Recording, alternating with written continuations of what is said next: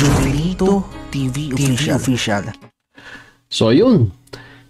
Yan yung sa mga kabagis, this is Jubilito TV Official at eto na naman po muli ang isang edisyon ng ating reaction video mga kalingap at kabagis, no? Pero bago po lahat, syempre po, mega love shoutout po muna kay Kuya Val Santos Matubang, kay Ate Edna Vlogs, kay Kalingap Rab, kay Ruel of Malalag, Kalingap Netizens, Kalingap Subscribers, Kalingap Supporters, at lalong-lalo na po, no, ang ating mga Kalingap Partners. Ayan po, mega love shoutout po sa inyong lahat. So ito na nga mga Kalingap at kabagis, no, for today's reaction video, gawa lang po natin ang reaction at muli po pagbibigay ng opinion dito nga po sa... Actually, pagkat ilang araw na tapos na po yung bagyo, pero gagawan pa rin po natin ng reaction video dahil talagang actually nung nakaraan ko pa planong gawa ng reaction video to, talagang napukaw ng aking pansin, ika nga ito pong heroic act na ginawa ni Erwin TV. Actually, meron tayong live reaction video nung nakaraan, sabi ko susundan ko ito. Pero naging busy po tayo kaya hindi po natin nagawa. Anyhow, ito na, gagawa na po natin.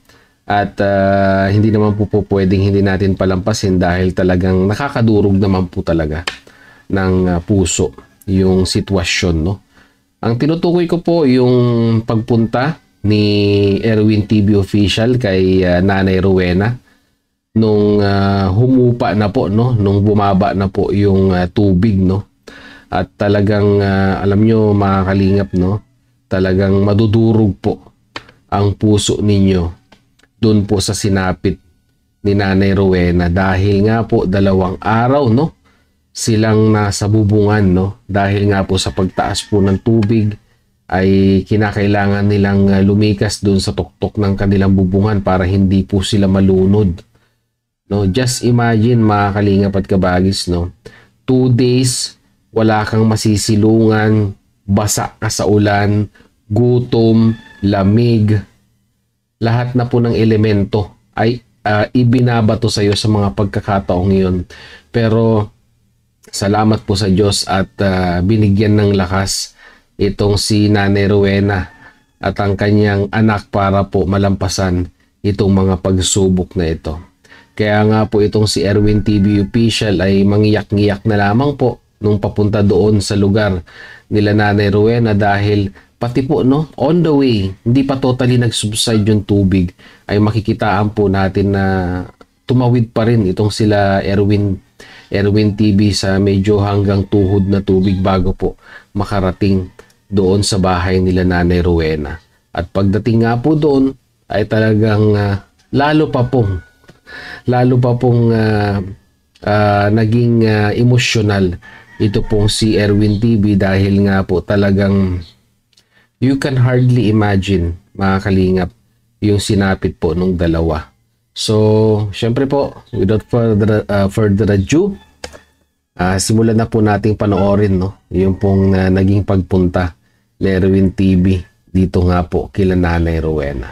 So narito po yun mga kalingap at kabagis, no.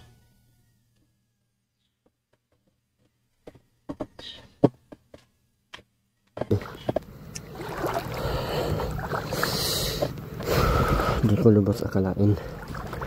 Pangalawang ganito pa daw to. Di ba? Tignan niyo mga kalingap, no. Ang laki pa nung itaas ng tubig papunta kila Nanay Rowena, pero talagang sinikap ni Erwin TV na talagang mapuntahan at that very specific day, no, dahil syempre po gutom, lamig na po ang kalaban dito, no. Hindi po natin alam kung ano pong pwedeng mangyari sa kanila kung hindi pa po sila mapupuntahan, kung hindi pa po accessible yung lugar nila. Just imagine mga kalingap, no. Sa buong buhay ng mga taga Camarines Norte yung ganito kataas. Andiyan sa bubong.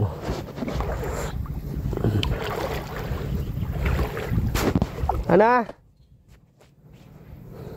Palayan nito mga kalingap, no, itong nilalakaran ni Erwin. Kung ano man yung nakatanim dito, malaking lugi po doon sa nagtanim or doon po sa magsasaka. Yan po yung isa sa mga naging pinsala na naidala nitong si Bagyong Christine.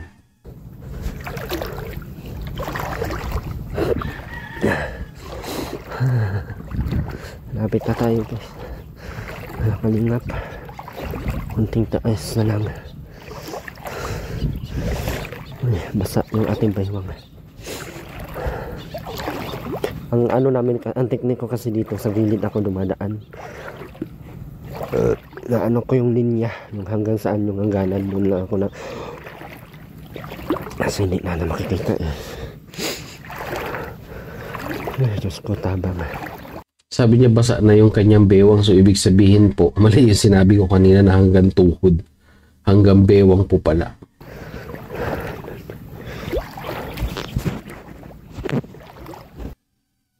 Try Colgate Fresh Confidence. Now with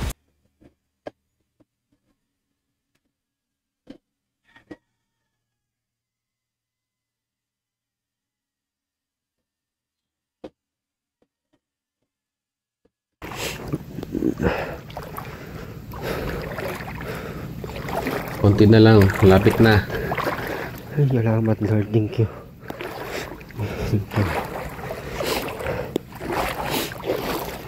Ay, salamat.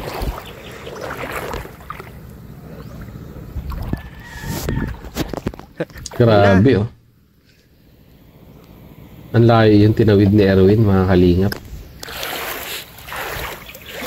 Tawid na tayo guys, grabe. Grabe. Grabe ang...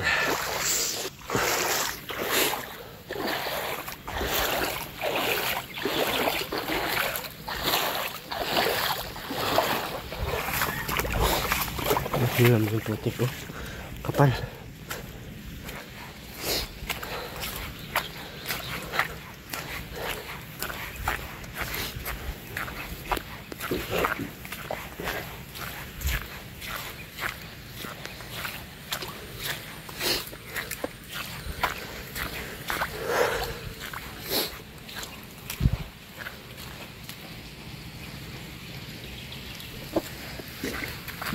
Ano si Jan. Natakot si Jan. Grabe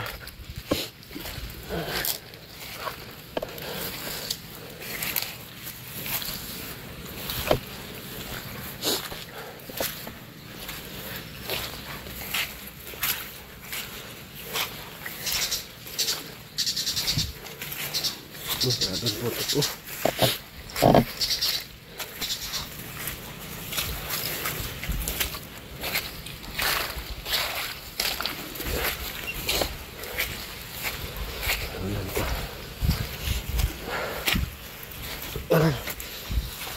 Hindi pa kami pinapatawid dyan at mataas pa daw kasi hindi pwede hindi tatawid. So ito na. Yan po oh.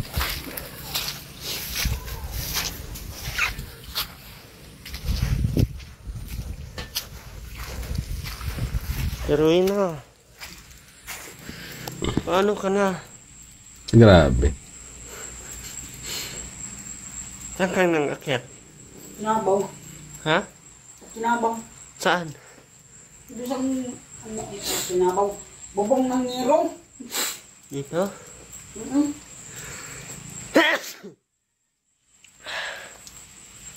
Grabe po no, mga kalingap yung baha oh.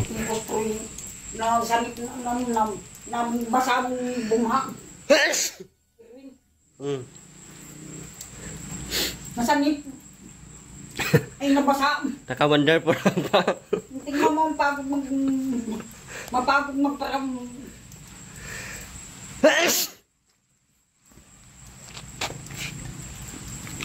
Basta ang foam. Naka-wonder po ka pa? Ang pagod magparalinis ko. Ha? Suko ako magparalinis dito sa buwisit ng itong bulong.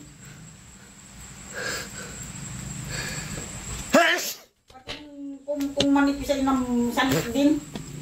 Ay ano na sanit. Nabasa. Yung foam mo, Basa din. hanggang saan ang baha? Yan hanggang dyan. Dyan sa taas niya. Dami kong ano, yan oh. Nabugong daw sila. Grabe, sobrang hirap. Sa bubong na kayo nag ano? Oo. Buong gabi. Oo. Magdamag ng walang tulog. Kain ng tanghalian at almusalan sa kahap. Ba't ganyan ang damit mo? Ayusin mo. Tingnan mo nga yung ka. Baka nakaisip ka yung baha pa sa dah. Sobrang taas pa ng tubig doon. May dala kaming pagkain, luto. Ano? Manok, adobong manok. Paano nang paglilinis? Saan mahigang? Bila mo kung bagong po. Asan yung maliit mong foam? Naroong nabasa ako. Tulungan ako. Pulting mo ang plagay. Diyan kayo sa taas kagabi.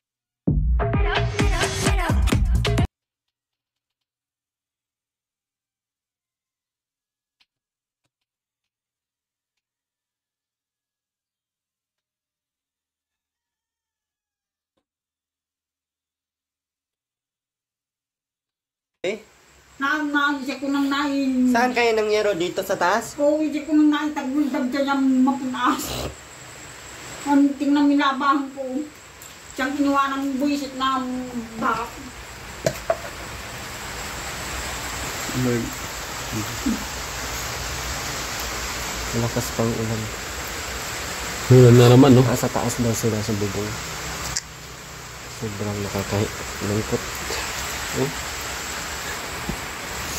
Grabe. Sobrang lakas po dito kasi dyan po sa gilid ay ano na yan. Ang tawag nito. Paano ka umakyat sa bubong? Nagmapilit. Ha? Nagmapilit. Buti hindi ka nabasa. Basa-basa nga. Wala ka naman tuyo oh. Buti mong mga Lutang to. oo. Nakabag din halimong ilin. Sino? Sa ilin. Wala na, naanod na.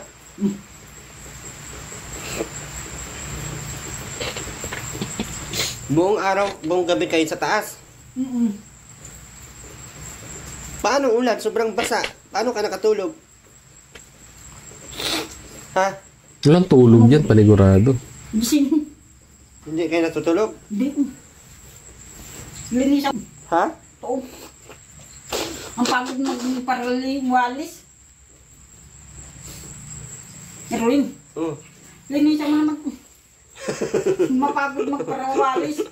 Saan mo naman ako agad eh. Bakit naurong to?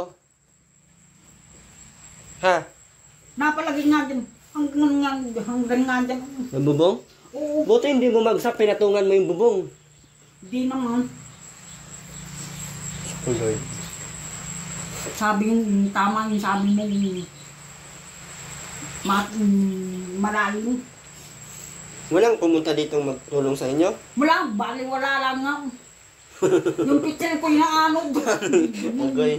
Bilhan mo nga ako ng bagong pitsil ko. Wala kaming malagyan Kawawa ng naman tubig. na. Kawawa na namin. Oh. Kawawang. Linisan mo ito. Ang pagod magparilinis. Kawawa naman yung atarway na namin. Bilhan mo akong bagong pitsil. Erwin. Gulpi baga sa tindahan. Isa lang. Kawawa naman yung atarway na namin. Ay, Naanod.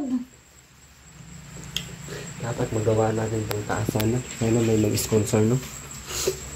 Wala na talagang maawa sa kanila ay. Erwin, linisan mo naman. Ang pagod magparilinis.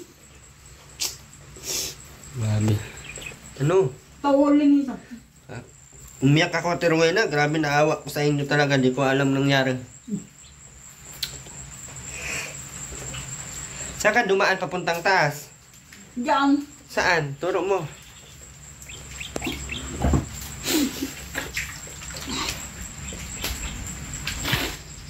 Saan? Dito. Diyan kayo dumaan? Oo, nasan si Dandan? Andoon. Yung dala ng ano, nasa huli. Tapos yan kayo Tumutong na lang sa taas o siguro dito? Dito. Dito? Mm. Buti hindi nabagsak yan eh. Matigas naman ang ano. Ding. Tuyo ko yan. Ano yan? Tuyo. Buong araw kayo dyan. Buong gabi. Eh, ang lakas ang ulan ng gabi. Yan. Sabihin ako. Uy, oh. Oh. Anong gagawin natin? Linis, ang pagod ng parili.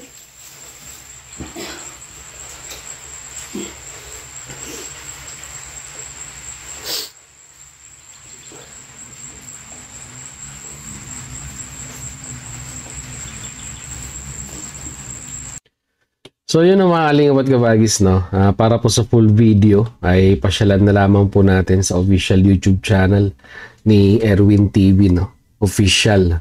At nakita naman po natin talaga na sabi nga po ni Nanay Rowena, hindi nakatulog, no? Eh sino ba naman po ang makakatulog, no, sa ganung kalagayan na aakyat ka doon po sa bubungan ng kasagsagan ng bagyo. Basa, hindi mo alam, wala kang assurance na yung inakyatan mo ay baka abutin din ng tubig, baka tumaas din, no? Kaya nga po, pagdating ni Erwin, yun po, nagpapatulong po siya na linisin nga daw po, no, yung bahay, no? Although doon po sa video ay naglinis naman po talaga si Erwin, no? Tinulungan niya itong si Nanay Rowena hanggang sa nung malinis po yung higaan ay humiga na si Nanay Rowena sa sobrang pagod po siguro ay nakatulog na siya. At yun, no, maalingap at kabagis, no, talagang ipinakita lang dito ni Erwin TV na yung pagtulong niya ay wala pong pinipiling pagkakataon, di ba? Kung may chance siyang ibigay yung pagtulong na yon, kahit sabihin man nating medyo alanganin yung sitwasyon, ay ibibigay po ni Erwin TV, no? At lalong-lalo na hindi naman iba itong si Nanay Rowena kay Erwin, no? At napamahal na rin po si Erwin dito po kila Nanay Rowena. Kaya ganun na lamang po, no, ang kanyang pag-alala nung yun nga po, naiwan sila dyan sa lugar na yan nang tumaas po ang tubig. Anyhow, okay si Nanay Rowena at sa mga pagkakataong ginagawa ko po itong reaction video ito ay okay na po, naayos na po, nalinis na yung bahay at okay na, mahalingap at kabagis. So yun, muli, maraming salamat, no, dahil hanggang sa dulo po ng ating reaction video ngayong araw na ito ay nasamahan nyo po muli si Jubilito TV Official, no? Mag-comment po kayo sa ating comment section.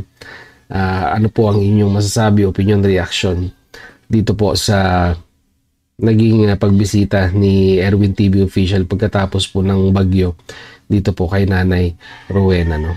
Parang sabi nga ni Erwin, sana may mag-sponsor para mapalagyan ng second floor. Maliit lang naman po, no? Maliit lang naman po yung bahay. Kumbaga parang for safety purposes lamang po na pag dumarating yung mga ganitong klaseng kalamidad ay mayroon sila maaakyatan at doon sila, no? Doon po sila sa taas. At mas makakampante itong si Erwin na hindi na siya mapapaisip kung kumusta na nga po itong kalagayan nila Nanay Rowena. So yun, kagaya nga po na sinabi ko kanina, sa mga hindi pa po nakasubscribe sa channel ko yung Val Santos Matubang, Ate Edna Vlogs, Kalinga Prab, Ruel of Malalag, sama na po natin Erwin TV Official, no? Supportahan po natin ang kanilang mga YouTube channel. And at the same time, muli po naglalambing din po ang inyong host. Sa mga hindi pa po nakasubscribe sa channel po ni Jubilito TV Official, maraming salamat, mga kalingap at kabagis, no?